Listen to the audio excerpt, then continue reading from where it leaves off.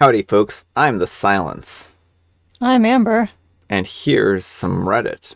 I'm not a very silent Silence. No, you're not. But I break you easily by tallest talking. You heard it here first, folks. Amber's broken me.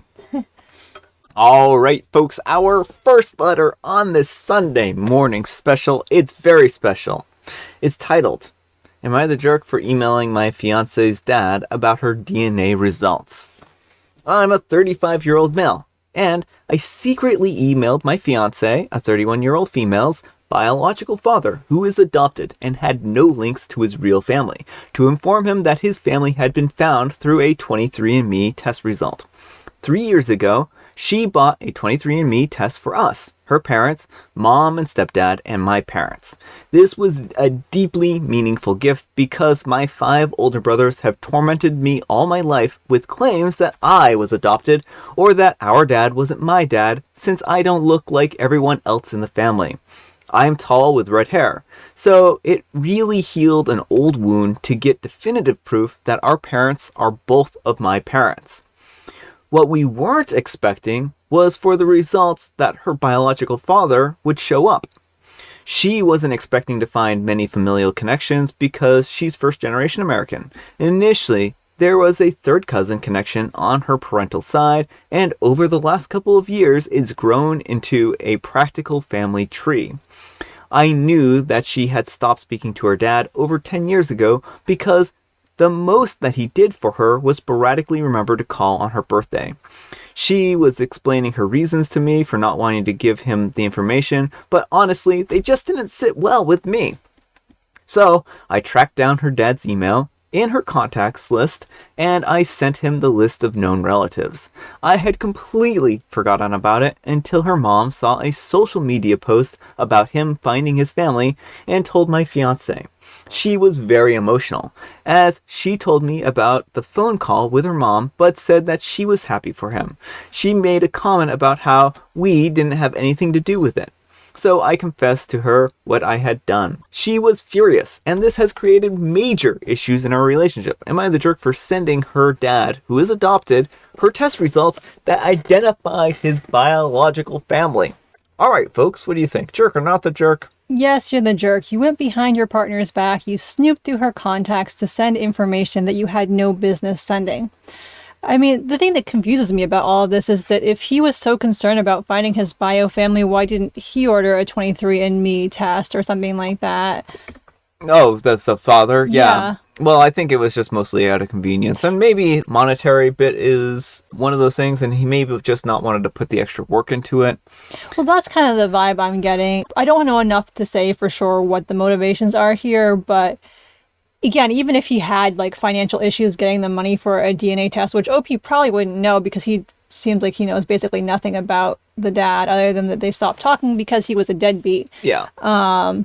It's not on OP to then rush in and give him this information. No, but also, I don't really like his reasoning here. He's like, the reasons that she didn't do this didn't sit well with me. Yeah, well, that too. That's a really good point to bring up because who are you to judge her reasons for not giving out information that she has obtained about her tree? Again, this just feels like an invasion of privacy and an invalidation of her needs. Yeah, well, that's exactly what it sounds like.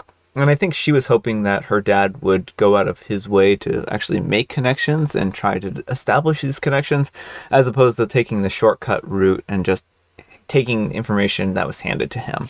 Like, he can't even be bothered to keep up in touch with his own daughter. Why is it so important that he finds these other relatives? Yeah. I do think that OP was in the wrong here. I don't think you should be going through your partner's contacts and doing something like this behind their back. If you don't agree with it and you think that this is a huge character flaw on their part, then, I mean, maybe at that point in time, it's time to find a different partner. Right, but you should not be like going behind your partner's back to contact their estranged parent for something this trivial. Like, you shouldn't in general, like, but maybe there's an outlying case where, and so I don't want to say never, but pretty much never go behind their back to contact an estranged parent. Yeah. But what I really want to know is, he says that his other brothers, OP, don't look anything like him. That doesn't mean that they aren't his half-brothers still. I just want to point that out. Well, genetics are just weird too, and so that's the most likely scenario. I mean, it might be the most likely scenario, but I mean, they could still be half-siblings. I just want him to know that he can always tell that to them. Be like, as far as we're aware, I'm the only one of us that our parents are directly related to. So my siblings and I all had accusing each other of being the adopted one, and I actually have proof that my parents are my parents through ancestry DNA, and they don't. So Amber is not the adopted one. Yeah. They are. So anyhow, take care and good luck, OP. And CZ1988 says, "You're the jerk, and you have serious issues with boundaries." And Working Prog says, "You're the jerk, nosy, ridiculous jerk. They honestly didn't sit well with me. This wasn't about you, but since your head is so far up your butt, you couldn't see it. The only good outcome I see here is that you've only shown, I hope, your soon-to-be ex-fiancé who you really are." Alright folks, our next letter is titled, "Am I the jerk for asking my husband not to spend 2 weeks living with his WoW gaming buddy, and to be a dad to our 6-year-old female? Fake names used to protect identities. My husband told me last night that he's got a flight ticket to Toronto booked, and he's going to go meet his online gaming buddy Ron, who's 55 and lives in Toronto, and on welfare and disability. Ron lives alone with his dog. He met Ron through WoW, then spoke to him on Zoom, and now they're going to meet in person. I know my husband plays WoW, but it's recreational to him and not yet to the addiction level. My husband is 37, and we've got a 6-year-old daughter, Katie. Anyways, he said that the trip is booked. He's spending a 2-week vacation with Ron in Toronto, and he's escaping Dallas for 2 weeks to explore Toronto with Ron and enjoy its restaurants and fast food, and also play WoW with Ron. He said that he has to spend 2 weeks living with Ron per the agreement that they made in a private message and over email, and Ron really wants this. He also said that Ron technically should be self-isolating, but Ron skipped that for the vacation time with my husband. He told me how Ron looks like Ron Burgundy, and it's a swishy man who's into gaming and food and drinks. I told my husband that this was not acceptable and that he needs to be a dad to our daughter, not spend 2 weeks with his gaming buddy. I said that if he wanted a vacation that bad, why not Florida with us, instead of with this guy that I know nothing about. I really wanted a vacation in Florida after a strenuous 6 months of negotiating with new clients buying medical equipment. I work for a distribution sales side, not the production of it. My husband insists that he has to do this and that he's in the right. He says that Ron needs him as much as he needs Ron and that he'd make it up to our daughter soon. However, he'd be missing our daughter's dance recital when he's on this vacation. It'd just be me and my mom going, not cool. Am I the jerk for not wanting him to do this? All right, folks, what do you think? Not the jerk. When partners make decisions, they should not be making unilateral decisions on their own. You don't just book a 2-week vacation and then be like, oh, by the way, spouse, I booked this vacation and I have to do it because we had exchanged private messages saying that we have to do it. Like, I'm actually really concerned about what is in these private messages. I'm guessing because it's an online RPG game or something like that, either what's going on here is that maybe Ron has given him an item that's very hard to obtain or collect or something like that, and the husband OP here feels that he has to make it up to him, or they've made some kind of in-game deal or arrangement, right? And in that respect, I think that OP's idea that maybe her husband has a healthy gaming habit might not be really true. And this might be a convenience to Ron. Ron might need some company and might find it comforting to have someone around. And the husband might just agree to this because 1, it's not hard for him to do, and 2, it gets him away from the house, and 3, he gets whatever thing he needs with this video game. Yeah, something is not right here, and I'm really worried for the state of the relationship. Like, if he's just like, oh, by the way, I booked this vacation with this guy who you've never met, I'm going to another country, like, that is not the sign of a healthy relationship. And I think this may be, like, it's not usually good to give ultimatums in relationships, but I think you really need to have a sit down with him. Yeah, I mean, I think there needs to be a third party in here involved with you two sitting down and having a conversation to figure and sort some stuff out. And I certainly understand OP's take here with not wanting her husband to go away for 2 weeks, because it sounds like he just wants to go and play and shirk his responsibilities. It's really what it sounds like. I mean, he gets a vacation to another country. He doesn't have to deal with his family. This may be very well the first of many such vacations. Yeah, and that would not bode well either if he's just always, oh, by the way, yeah, I booked another 2 weeks with Ron, so I guess I'll see you sometime. Yeah, the nice thing about a vacation like that is he doesn't have to pay for a hotel room. He can go and play his own video game for a couple weeks. It sounds like he's just more interested in playing video games at this point in time than he is playing Family Man, right?